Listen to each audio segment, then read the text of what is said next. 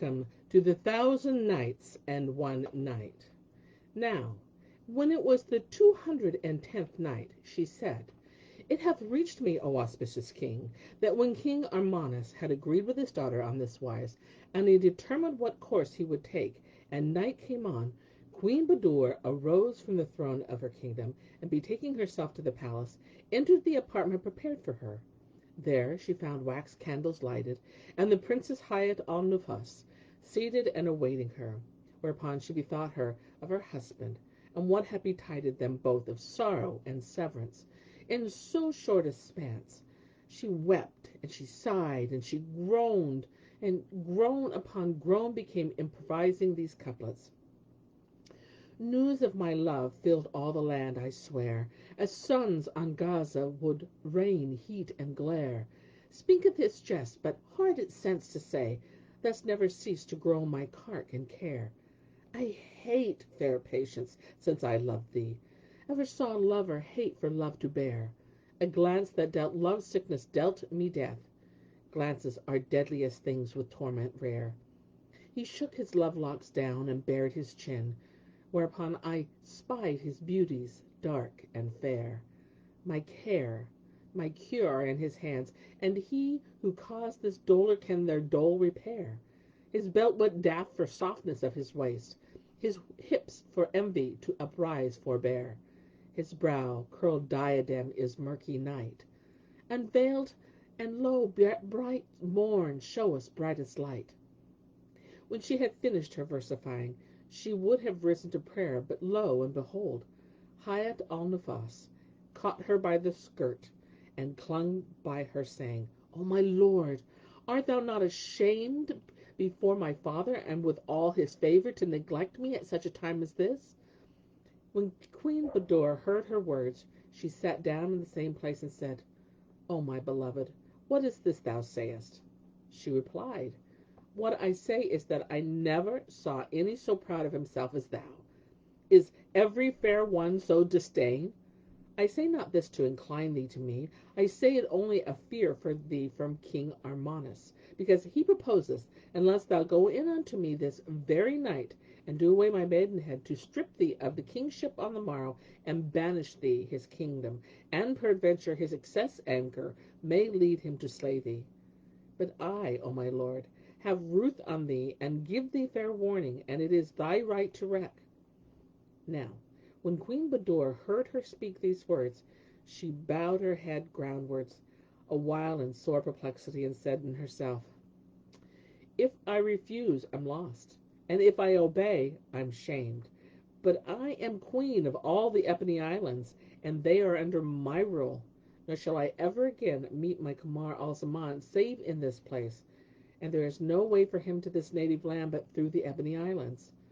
Verily, I know not what to do in my present case, but I commit to my care to Allah, who directeth all the best, for I am no man that I should arise and open this virgin girl.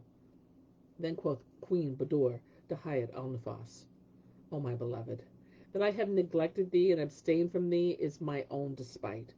And she told her the whole story from beginning to end, and showed her person to her, saying, I conjure thee to Allah to keep my counsel, for I have concealed my case only that Allah may reunite me with my beloved Kamar al-Zaman, and then come what may. And Shahrazad perceived the dawn of the day, and ceased to say her permitted say.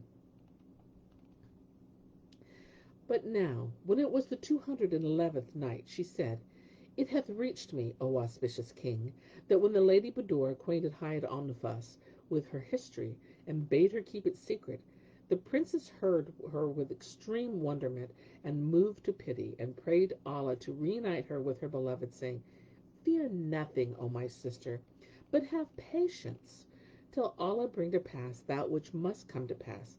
And she began repeating, None but the men of worth a secret keep, with worthy men as secrets hidden deep. As in a room, so secrets lie with me, whose door is sealed, locked shut, and lost the key.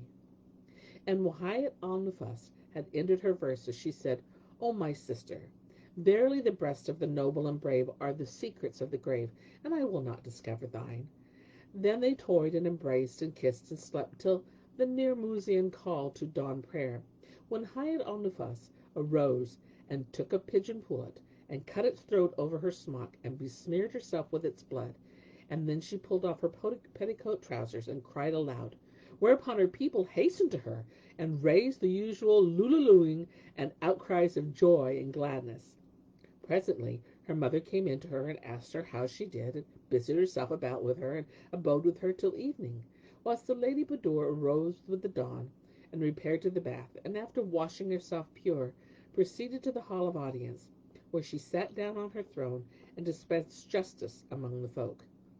Now when King Armanus heard the loud cries of joy, he asked what was the matter, and was informed of the consummation of his daughter's marriage. Whereat he rejoiced, and his breast swelled with gladness, and he made a great marriage feast, whereof the merrymaking lasted a long time. Such was their case. But as regards King Shahriman it was on this wise.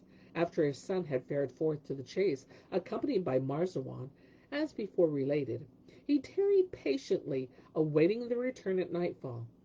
But when his son did not appear, he passed a sleepless night, and the dark hours were longsome to him. His restlessness was excessive. His excitement grew upon him, and he thought the morning would never dawn.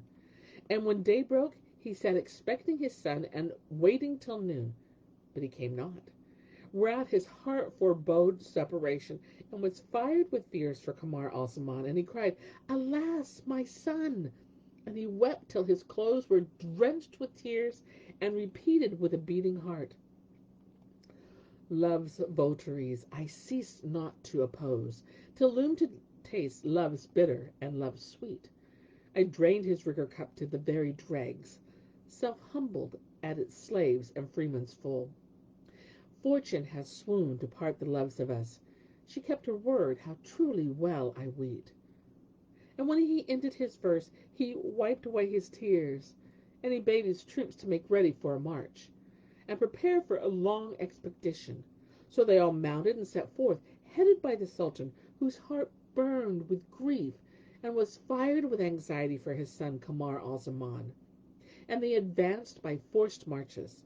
Now the king divided his host into 6 divisions, a right wing and a left wing, a vanguard and a rear guard, and bade them rendezvous for the morrow at the crossroads. Accordingly, they separated and scoured the country all the rest of the day till night, and they marched through the night, and at noon of the ensuing day they joined company at the places where 4 roads met. But they knew not which the prince followed till they saw a sign of torn clothes, and sighted shreds of flesh, and beheld blood till sprinkled by the way, and they noted every piece of the clothes and fragment of mangled flesh scattered on all sides. Now when King Shahriman saw this, he cried from his heart core, a loud crying, saying, "Alas, my son!"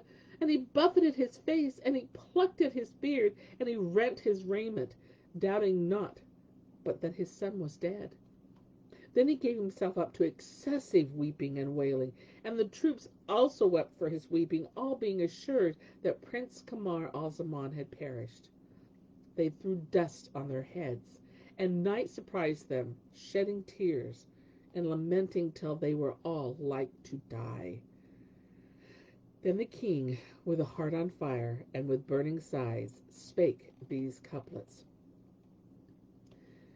Chide not the mourner for bemoaning woe, enough is yearning every ill to show. He weeps for stress of sorrow and of pain, and these to their best evidences low. Happy of whom love-sickness swore that ne'er should cease his eyelids' love flows. He mourns the loss of fairest fullest moon, shining o'er all the peers in glorious glow. But death may drink a brimming cup what day he fared from natal country fain to go. His home left he, and went from us to grief, nor to his brethren could he say adieu. Yea, his loss wounded me with parting pangs, and separation cost me many a throe. He fared farewelling as he fared our eyes, when as his Lord vouchsafed him paradise. And when King Shahriman had ended his verses, he returned with his troops to his capital. And Shahrazad perceived the dawn of the day, and ceased saying her permitted say.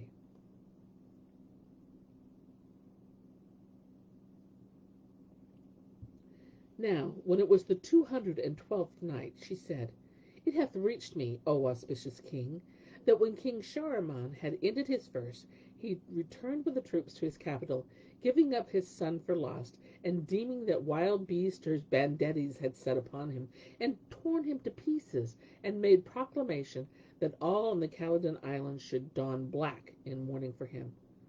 Moreover, he built in his memory a pavilion, naming it House of Lamentations, and on Mondays and Thursdays he devoted himself to the business of the state, and ordering the affairs of his levies and lieges, and the rest of the week he was wont to spend in the House of Lamentations, mourning for his son, and bewailing him with elegant verses, of which the following are some.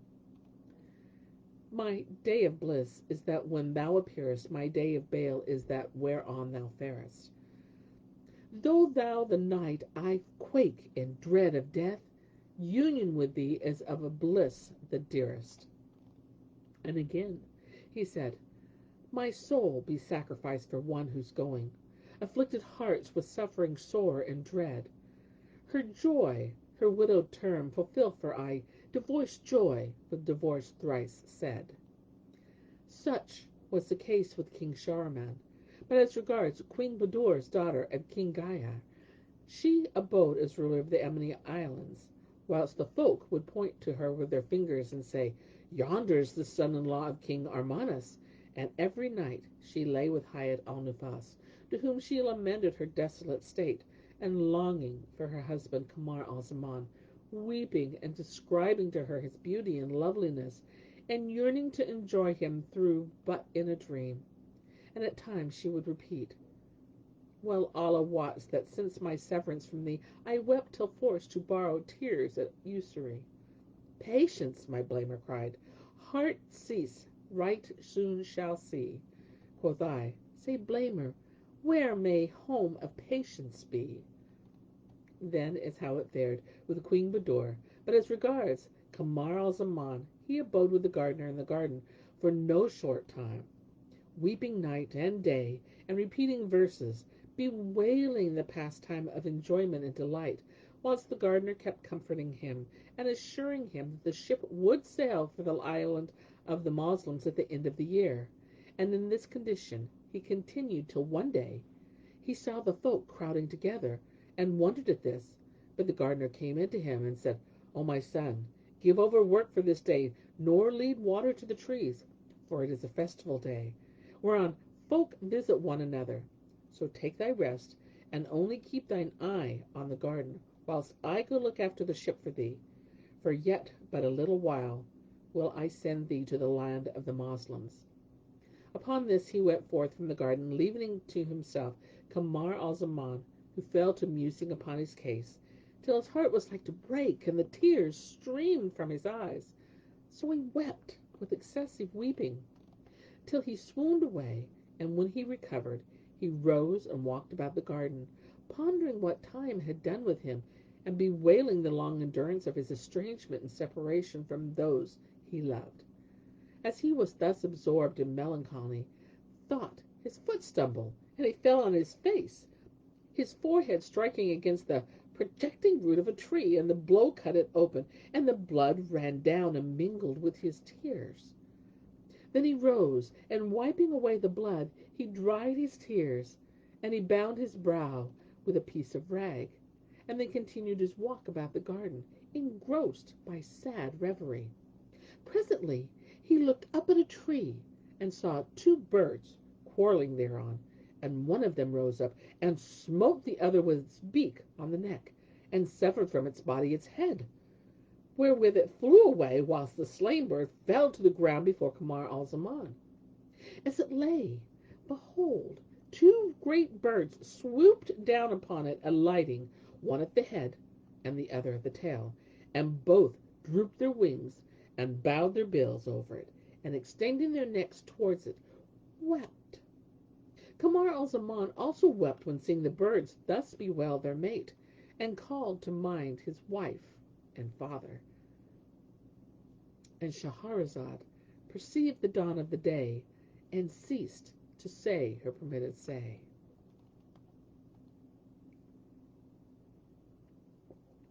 Now, when it was the 213th night, she said, It hath reached me, O auspicious king, that Kamar al-Zaman wept and lamented his separation from his spouse and sire, when he beheld these two birds weeping over their mate. Then he looked at the twain and saw them digging a grave, and therein burying the slain bird, after which they flew away far into the firmament, and disappeared for a while. But presently they returned with the murderer bird, and alighting on the grave of the murdered, stamped on the slayer till they had done him to death. Then they rent his belly, tearing out his entrails, poured the blood on the grave of the slain. Moreover, they stripped off his skin, and tear his flesh into pieces, and pulling out the rest of the bowels, scattered them from hither and thither. All this while Kamar al-Zaman was watching them wonderingly, but presently, chancing a look at the place where the two birds had slain the third, he saw therein something gleaming. So he drew near it, and noted that it was the crop of the dead bird. Whereupon he took it, and he opened it, and he found the talisman which had been the cause of his separation from his wife. But when he saw it and knew it, he fell to the ground, a-fainting with joy. And when he revived, he said, Praised be to Allah! This is the foretaste of good and prestige of reunion in my beloved. Then he examined the jewel and passed it over his eye, after which he bound it to his forearm, rejoicing in coming weal, and walked about till nightfall, awaiting the gardener's return. And when he came not, he lay down and slept in his wonted place. At daybreak he rose to his work, and girded his middle with a cord of palm fibre, took hatchet and basket, and walked down the length of the garden till he came to the carob tree, and struck the axe into its roots. The blow rang and resounded, so he cleared away the soil from the place, and discovered a trap door, and raised it. And Shahrazad perceived the dawn of the day, and ceased saying her permitted say. Now, when it was the 214th night, she said, It hath reached me, O auspicious king, that when Kamar al-Zaman raised the trapdoor, he found a winding stair, which he descended, and he came to an ancient vault of the time of Ad and Thamud, hewn out of the rock. Round the vault stood many brazen vessels of the bigness of a great oil jar, which he found full of gleaming red gold. Whereupon he said to himself, Verily, sorrow is gone, and solace is come. Then he mounted from the sole terrain to the garden, and replacing the trapdoor as it was before, busied himself in conducting water to the trees, till the last of the day, when the gardener came back and said to him, O my son, rejoice at the good tidings of a speedy return to thy native land. The merchants are ready equipped for the voyage, and the ship in 3 days' time will set sail for the city of Ebony, which is the first of the cities of the Moslems. And after making it, thou must travel by land a 6 months' march, till thou come to the islands of Khalidan, the dominions of King Shahriman. At this, Kamar al-Zaman rejoiced, and began repeating, Part not from one whose wont is not to part from you, nor with your cruel taunts an innocent mortify. Another so long parted had ta'en heart from you, and had his whole condition changed, but not so I. Then he kissed the gardener's hand, and said, O my father, even as thou hast brought me glad tidings, so I also have great good news for thee, and told him Annette his discovery of the vault, whereat the gardener rejoiced, and said, O my son, 80 years have I dwelt in this garden, and have never hit on aught, whilst thou, who hast not sojourned with me a year, hast discovered this thing. Wherefore it is heaven's gift to thee, which shall end thy crosses, and aid thee to rejoin thy folk, and foregather what thou lovest. Quoth Kamar al-Zaman, There is no help, but it must be shared between me and thee. Then he carried him to the underground chamber, and showed him the gold, which was in 20 jars. He took 10, and the gardener took 10. And the old man said to him, O my son, fill thyself leather bottles with the sparrow olives which grow in this garden, and they are not found except in our land. And the merchants, carrying them to all parts, lay the gold in the bottles, and strew it over with olives, and then stop them, and cover them, and take them with thee in the ship. So Kamar al-Zaman arose without stay or delay, and took 50 leather bottles, and stored in each somewhat of the gold, and closed each one after laying a layer of olives over the gold. And at the bottom of the bottles he laid the talisman. Then sat he down to talk with the gardener, confident of speedy reunion with his own people, and saying to himself, When I come to the Ebony Islands, I will journey thence to my father's country, and inquire for my beloved Budur. Would to heaven I knew whether she returned to her own land, or journeyed on to my father's country, or whether there befell her any accident by the way. And he began versifying. Love in my breast, they lift and fared way, and far the land within my love is pent. Far lies the camp, and those who camp therein. Far is her tent shrine, wherein I shall tent. Patience far fled me from me, thy fled. Sleep failed mine eyes, endurance was forspent. They left with me, them left my every joy, wending with them, nor find I peace that went. They made their eyes roll down love tears and flood, and lacking them these eyne with tears are drent. When my trice spirit once again would see them, when pine and expectation but augment, in my heart's core their counterfeits I trace, with love and yearning to behold their grace. Then, while he awaited the end of the term of days, he told the gardener the tale of the birds and what had passed between them, whereat the hearer wondered, and they both lay down and slept till the morning. The gardener awoke sick, and abode thus 2 days, but on the 3rd day his sickness increased on him till they despaired of his life, and Kamar al-Zaman grieved with sore grief for him. Meanwhile, behold, the master and his crew came and inquired for the gardener, and when Kamar al-Zaman told them that he was sick, they asked, Where be the youth is minded to go with us to the Ebony Island? He is your servant, and he standeth before you, answered the prince, and he bade them carry the bottles of olives to the ship. So they transported them, saying, Make haste thou, for the wind is fair. And he replied, I hear and obey. Then he carried his provant on board, and returning to bid the gardener farewell, found him in the agonies of death. So he sat down at his head and closed his eyes, and his soul departed his body. Whereupon he laid him out and committed him to the earth, unto the mercy of Allah Almighty. Then he made for the ship, but found that she had already weighed anchor and set sail. Nor did she cease to cleave the seas till she disappeared from his sight. So he went back to whence he came, heavy-hearted, with whirling head, and neither would he address a soul nor return a reply. And reaching the garden, and sitting down in cark and care, he threw dust on his head and buffeted his cheeks. And Shahrazad perceived the dawn of the day, and ceased saying her permitted say. And so do I cease my tale for the day, till it be morrow.